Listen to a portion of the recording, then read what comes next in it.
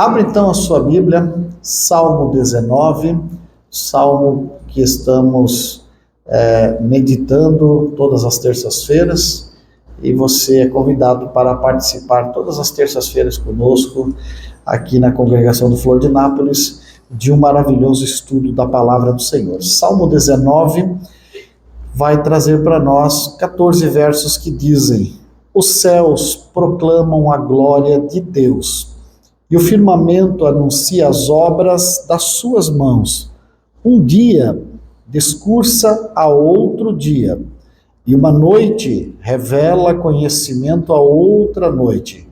Não há linguagem, nem palavras, e deles não se ouve nenhum som. No entanto, por toda a terra se faz ouvir a sua voz, e as suas palavras até os confins do mundo.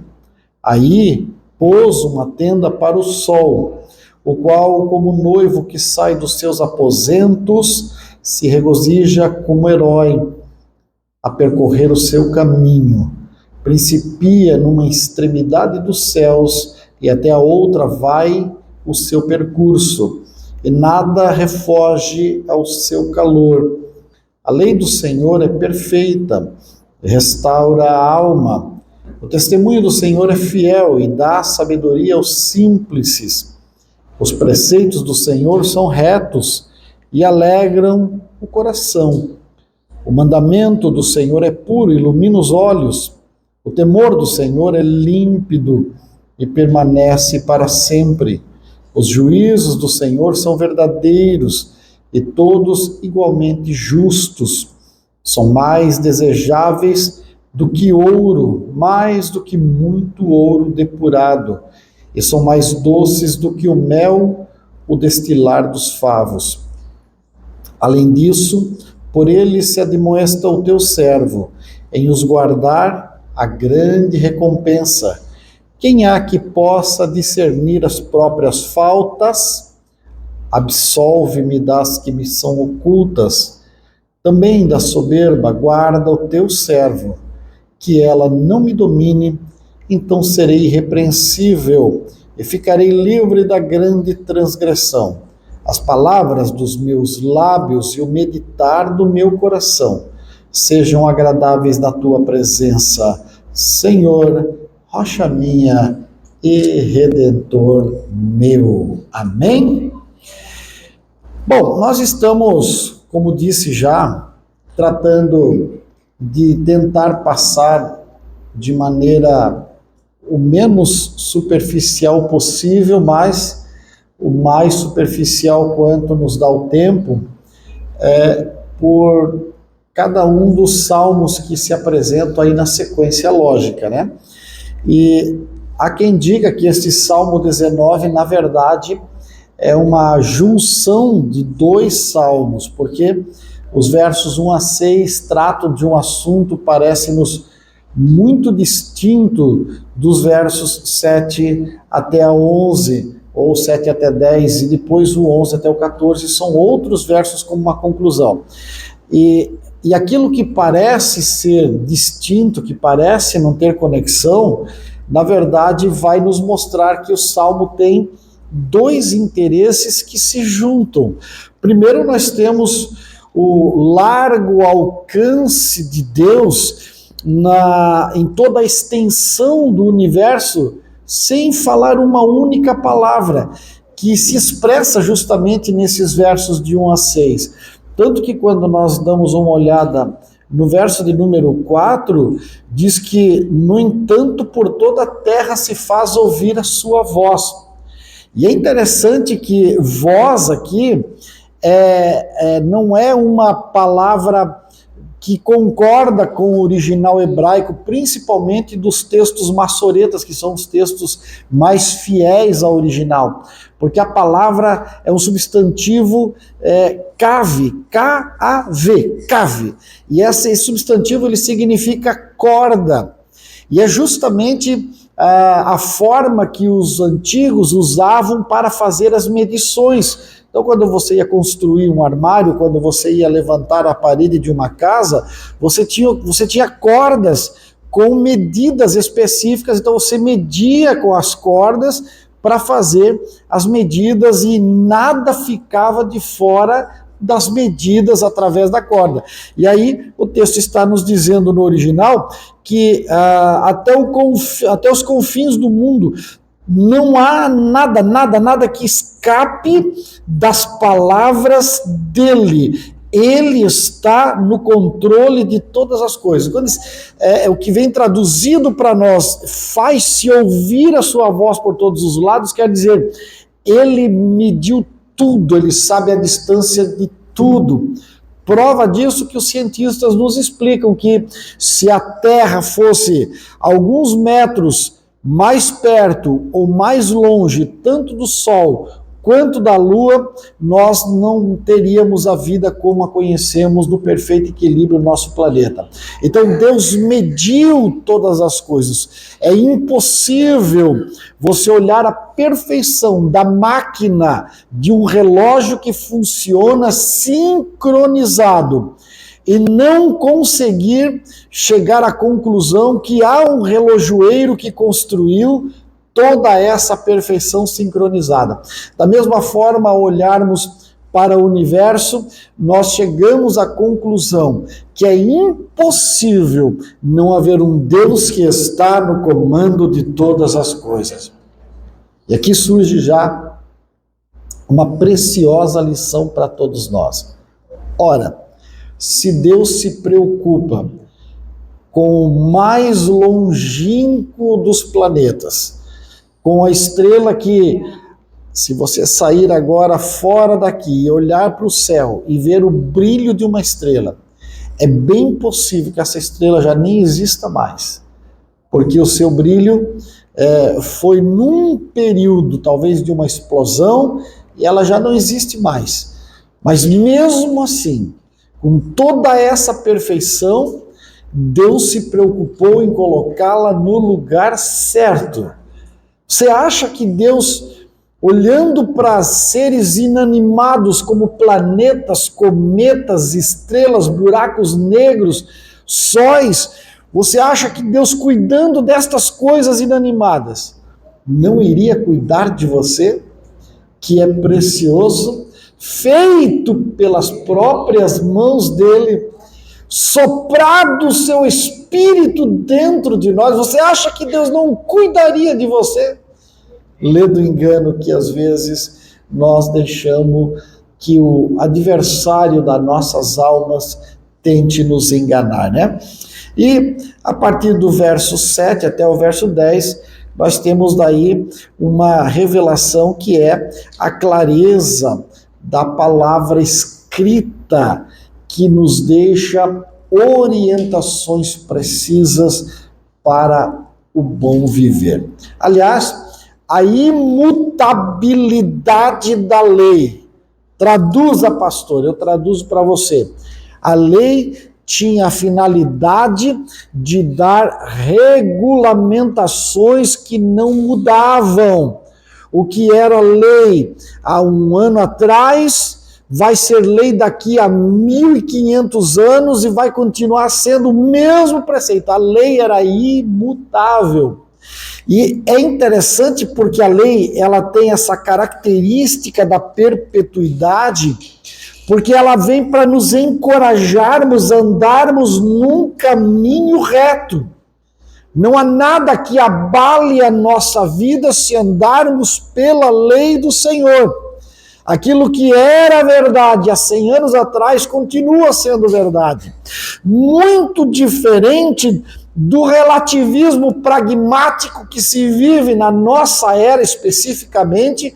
Relativismo pragmático não é uma coisa nova, relativo é aquilo que o que é verdade para mim pode não ser para você, e pragmatismo é aquilo que eu fiz, deu certo, passa a ser o que é válido.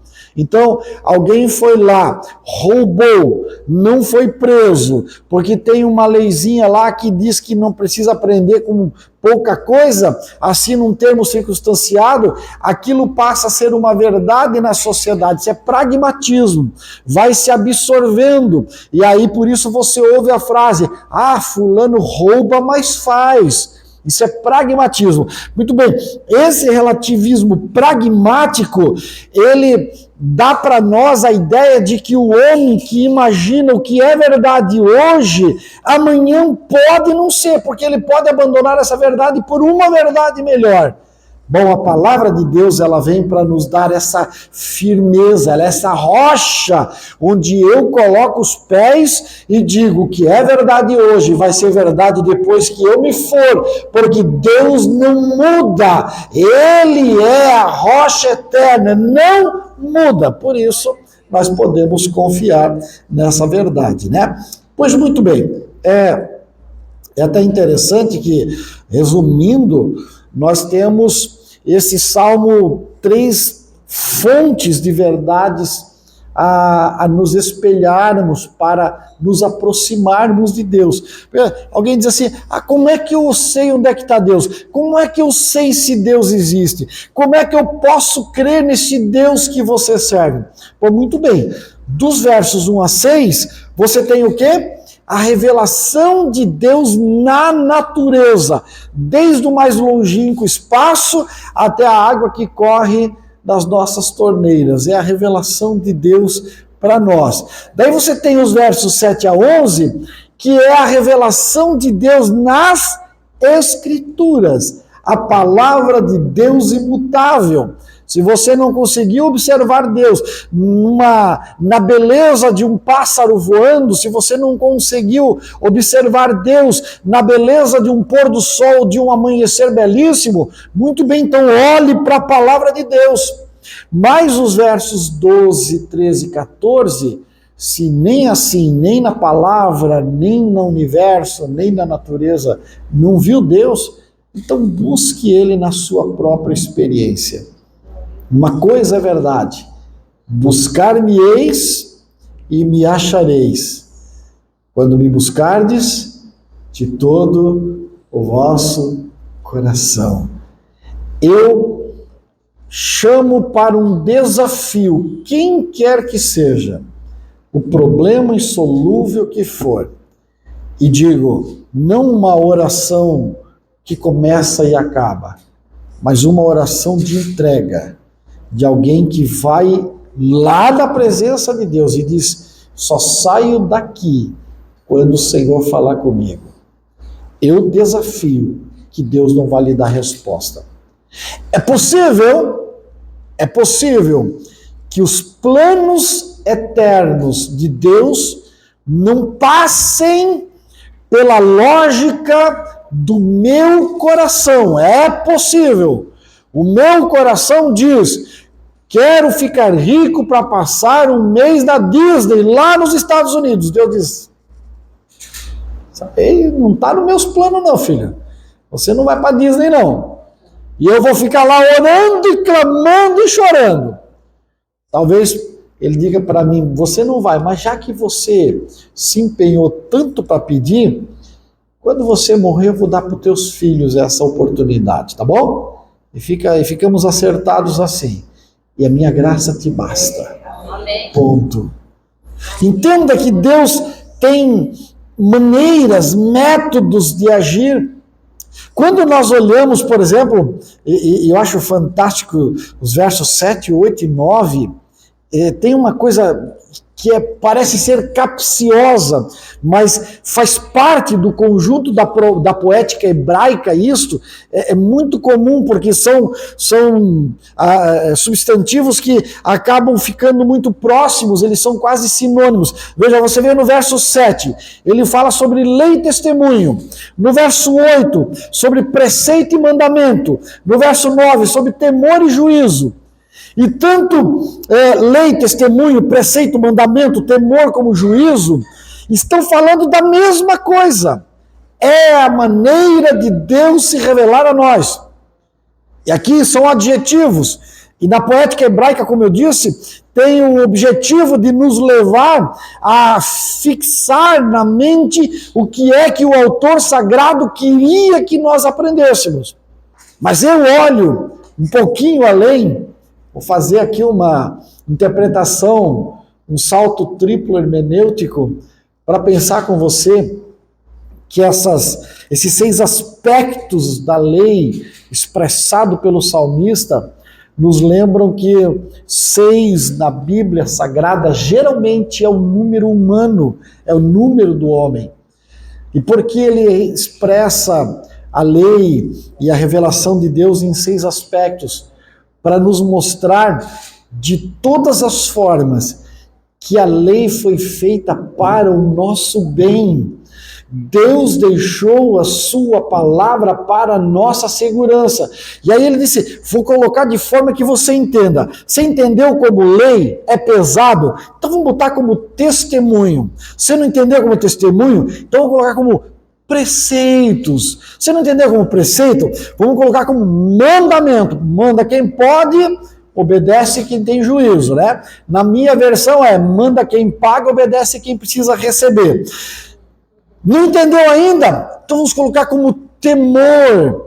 Porque se eu não temo o que é mais forte, eu não sei mais o que eu estou fazendo aqui. Jesus disse, nada temei aos homens que podem matar o corpo, mas temei a Deus que pode matar o corpo e lançar a alma no inferno. Então, fica com o temor. E se não entendeu tudo isso, a palavra de Deus é juízo para aquele que desobedece. Você entendeu? Amém. É assim que é para ser. Então, estas são as verdades que nós vamos obter nesse salmo. Mas vamos pensar aqui rapidamente, assim, para nós sairmos daqui alimentados. Vamos pensar alguns conselhos que este salmo vai nos oferecer. E para mim o primeiro conselho diz respeito a uma contemplação que nós devemos ter com todos os aspectos da natureza, como uma fonte de conexão espiritual. Sabe, não é aquilo que Siddhartha Gautama fez ao se sentar embaixo de uma árvore e ficar muitos dias sem comer nada, meditando, e de repente ele olhou para cima e teve um relâmpago de luz dos seus olhos, rolou morro abaixo, caiu cabeça dentro da água e teve uma revelação chamada As Óctuplas Verdades Nobres e fundou o budismo. Não é isso aqui. A conexão com a natureza é aquilo que às vezes você precisa fazer. Porque a Bíblia vai nos trazer no Gênesis que Deus trabalhou 6 dias, mas no 7º ele descansou. Ele parou para apreciar a beleza das suas obras. E aliás, quando ele fez o ser humano, ele diz, e viu Deus que era bom. Deus se alegrou, ele contemplou aquilo que ele fez. Às vezes, nós poluímos, desmatamos, destruímos, emporcalhamos, sujamos, sem olhar à nossa volta. Quantas vezes você se já não fez, mas observou alguém fazer, foi em uma bela praia, contemplou um belo pôr do sol, e quando você olhou, as pessoas que estavam sentadas ao seu lado se levantaram e deixaram um bocado de sujeira, ou jogaram sacos de lixo nos córregos e assim por diante. Irmão, a natureza está aqui para ser uma fonte de conexão espiritual. É para nós pararmos. Eu dizia para a irmã Eliane, quando nós morávamos em Penha, a casa pastoral ficava embaixo da igreja sede, e aí nós subimos na sacada da entrada da igreja e dava de ver o mar, que ficava 2 quadras para trás, e à noite batia aquela brisa do mar, vinha aquele cheirinho da maresia, eu fazia para ela assim, ó, 2 dias de férias. Esse cheirinho da maresia é 2 dias de férias. Às vezes o cheirinho passava pela cozinha, 15 minutos de férias passou aqui. Porque é gostoso. Alguém vai se deliciar com o cheiro da terra molhada, quem sabe de uma grama parada, ou de colher uma boa tangerina, um bom caqui, uma boa goiaba. Alguém vai se deliciar e fazer uma caminhada numa trilha refrescante num dia de calor, no meio do mato, gostoso, beber de uma água. Você entende que nós devemos reservar um tempo regularmente para apreciar aquilo que Deus fez. Muitas vezes, em dias, melhor, em noites enluaradas, de uma lua cheia, bela, eu puxo a cadeira para o lado de fora e fico contemplando, meu Deus, que coisa linda, que maravilha. Olharmos, você olha para a nossa lua, que circula à nossa volta, atraído pelo nosso campo magnético. A lua não tem campo magnético. Ninguém anda como nós andamos aqui, você levita na lua porque não tem campo magnético. Por isso que não dá para colonizar a lua, não dá para morar lá, só dá para morar aqui. Nós estamos na distância certa do Sol, um pouco mais nós torraríamos, um pouco menos viraríamos uma bola de gelo. Nós temos planetas que são enormes, o equivalente ao elefante na frente de uma formiga. Nosso planeta é uma formiga, esse planeta, como Saturno, Urano, estão muito maiores do que o nosso, e eles estão na entrada do nosso universo para justamente receber os cometas errantes, os asteroides que entram, para que nós não sejamos bombardeados com grandes asteroides e já teria sido dizimado. Você entende a proteção de Deus, olhando para a natureza, o cuidado divino, o perfeito equilíbrio das coisas. Alguém disse num local lá na Ásia, perto da China, alguém disse, nós temos leões da montanha, que é um leãozinho baio, está matando gado aqui, vamos matar tudo. Muitos anos atrás mataram todos. Agora vai crescer a população dos animais pequenos, dos roedores, das gazelas e tal. De fato, cresceu tanto que os bichos comeram toda a erva verde. Virou um deserto, os bichos morreram, tudo morreu. Hoje é um deserto de pedra, hoje é um deserto de areia, não tem mais nada. O que fizeram? Começaram a reintroduzir de cativeiro o tal do leãozinho, do leão lá das neves, para que ele comece a caçar os bichos que comem a erva verde, para a erva crescer novamente, para ter o equilíbrio da natureza. Você entende que tudo gira num perfeito equilíbrio? Há quem diga que uma borboleta bate asas no Central Park em Nova York e se sente um tufão lá no Japão. Por quê? Porque há uma conexão, a Terra é redonda, justamente para nós entendermos que não há canto para se esconder. Deus nos mostra a sua grandeza. É importante entendermos que tudo isso não é para nós apenas nos divertirmos, mas para nós mantermos uma conexão espiritual com o nosso Deus. O salmista está nos lembrando isso.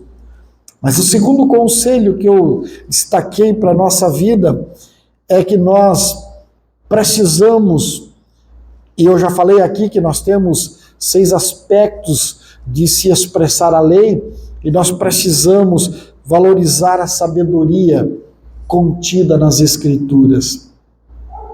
Coisas que a Bíblia Sagrada nos traz com mais de 3.000 anos de existência. Hoje, os arqueólogos estão desenterrando e os cientistas estão comprovando. Certa feita, um dos profetas, Isaías ou Jeremias, eu não me recordo agora, disse: esta é Jerusalém, pula no centro do mundo. E aí você pega o mapa mundi, não o globo, mas o mapa, abre ele, e você vai observar que Jerusalém está no centro do planeta, exatamente, é o umbigo do planeta. Mas já estava lá. Coisas que você vai buscar a partir da confirmação da ciência, a Bíblia já falava sobre essas coisas. Existe uma comparação mais própria para a glória de Deus do que o ouro. Você já viu isso? Aí você pergunta para mim, pastor, de onde vem o ouro? O ouro é recolhido, é procurado, é garimpado, é verdade. A China hoje é o local que mais se encontra ouro, onde mais tem ouro, nas regiões da China. Tanto que a China detém 11% da reserva de ouro mundial. Mas veja, da onde vem o ouro? Foi se descobrir, o ouro não é desse planeta. O ouro formou-se a partir de uma explosão de nêutrons há mais de 5 bilhões de anos, de algumas estrelas supernova, e se espalhou pelo universo e veio parar na quantidade certa no nosso planeta para ser um metal incorruptível, precioso, que não reage com oxigênio, por isso que ele não enferruja, não esinabra, não estraga, não perde o seu valor, vale mais de 300 mil reais o quilo do ouro hoje. Por quê? Porque ele reflete para nós a glória de Deus, que é perfeita, que é incorruptível, e que nós precisamos buscar todos os dias. A sabedoria de Deus está em buscarmos esta palavra como quem busca ouro puro, garimparmos as verdades do estudo das Escrituras, procurando entender muito mais do que decorar. Os seminários, os cursos teológicos, nada contra eles, porque eu continuo estudando teologia desde 1992, sou professor e vou defender o estudo da teologia, porque teologia é a junção de dois vocábulos gregos, teós, Deus, logia, estudo, tratado, e quem estuda teologia está estudando sobre Deus, e não há nada mais nobre do que isso. Mas quantos cursos de teologia formando gente que foi lá só para decorar uma porção de regras e leis e nunca entendeu a verdade desta Escritura. Aquilo que se aplica ao coração, aquilo que fala a alma, o pão suave do céu, aleluia. Jesus disse: eu sou o pão da vida, e esta palavra diz respeito a mim, esta é a palavra para se alimentar. Nada contra você assistir um filme, escutar uma música, ir a um show de teatro ou fazer um passeio, nada contra estas coisas. Mas nunca perca a essência, viu? E ninguém passa 24 horas comendo, porque se passar vai precisar de uma cirurgia bariátrica bem logo, né? Você come em intervalos regulares. Outros horários você faz outras coisas, mas a hora que você escuta fazer aquele motorzinho de caminhão, né? Aí você diz: hora de parar, hora de sentar para se alimentar. A sua alma também, ela grita, ela reclama, ela geme, ela chora, ela diz: ei, eu preciso do pão do céu, eu preciso do alimento celestial. E é por isso que o salmista vai nos apresentar esse pão desta maneira. Ele nos mostra que esse pão é perfeito, é lei, é testemunho, é preceito, é mandamento, é temor, é juízo para alimentar as nossas almas. Glória a Deus. E por último, para nós encerrarmos, último conselho que esse texto vai nos dar é que ele nos incentiva a cultivar uma vida não só de oração. Escute o que eu vou lhe dizer com muito temor. Há muitas pessoas que oram muito, mas algumas destas pessoas, não obstante orarem muito, não são submissas a Deus e a sua palavra. Pastor, que loucura é essa? Pois é, até na oração o ser humano consegue ser arrogante. A arrogância mata, a arrogância é podridão dos ossos, é veneno da alma. E é interessante porque é aquela pessoa que bate no peito e diz: eu sou. Só tem um na Bíblia que pode dizer ego eimi, eu sou, que é Jesus. Nenhum de nós pode isso. A oração, assim como a teologia, como o estudo bíblico, deve nos transformar cada vez mais em seres humildes, submissos, abnegados, desejosos de estender a mão. Basta voltar e dar uma lida no Sermão do Monte. Jesus disse: se te pedirem a tua capa, dá a túnica. Se te pedirem para andar uma milha, anda duas. E é justamente aquelas pessoas que são religiosos por carteirinha, religiosos de plantão, que praticam a essência da religião, que são as mais arrogantes, são as mais desonestas com a vida e acabam fazendo tudo errado. E por isso lá no passado, na década de 70, tinha uma música lá do mundo que dizia: não adianta ir à igreja, rezar e fazer tudo errado. Não adianta. Precisa entender, quanto mais eu me aproximo da santidade de Deus, eu preciso ser mais santo, mais humilde, mais pacífico, mais perdoador. Eu ouvi, de vez em quando eu ouço alguém dizer: o fulano eu não perdoo, esse eu não perdoo. Está fazendo o que na igreja? Está fazendo o que orando? Jesus disse: se fores apresentar a tua oferta e souberes que alguém tem alguma coisa contra ti, deixa a tua oferta amarrada no pé do altar, volta lá, te reconcilia com o teu inimigo e depois volta para oferecer o teu sacrifício. Sabe? Fazendo o que na igreja? Está fazendo o que na oração? Está lendo que tipo de Bíblia se não perdoa? Não vai para o céu. Está perdendo tempo. Pelo menos, sei lá, vende a casa, compra um motorhome, vai viajar pelo mundo, vai conhecer o mundo, para pelo menos ter aproveitado o que estava aqui. Faz uma loucura dessa. A Bíblia, a oração, ela precisa nos aproximar de Deus. O salmista está dizendo que a Bíblia, a oração, é muito mais a natureza na sua grandiosidade, no seu espetáculo a cada manhã. Ele disse: o sol não é o Deus como as nações pagãs dizem. O sol é como um noivo que é vencedor e sai para vencer. Ele levanta de manhã, o que o Salmo está dizendo, como um corredor, um maratonista, e diz: eu saí para vencer e ninguém me ganha. O sol sai de um lado e chega no outro como vencedor. Isso tem que me dar humildade para pensar: Deus pôs todas as coisas no seu devido lugar com uma ordem perfeita. Quem sou eu para querer mudar estas coisas? Quem sou eu para dizer eu não perdoo? Quem sou eu para dizer eu vou querer a minha vingança? Eu falei com o meu pastor, pedi autorização para ele, e ele concordou comigo. Cidadão que fez as coisas que você sabe aqui contra nós perdoamos. Claro, não se abre mais porta, não dá para confiar. Mas perdoado, quero que aceite a Jesus, vá para o céu.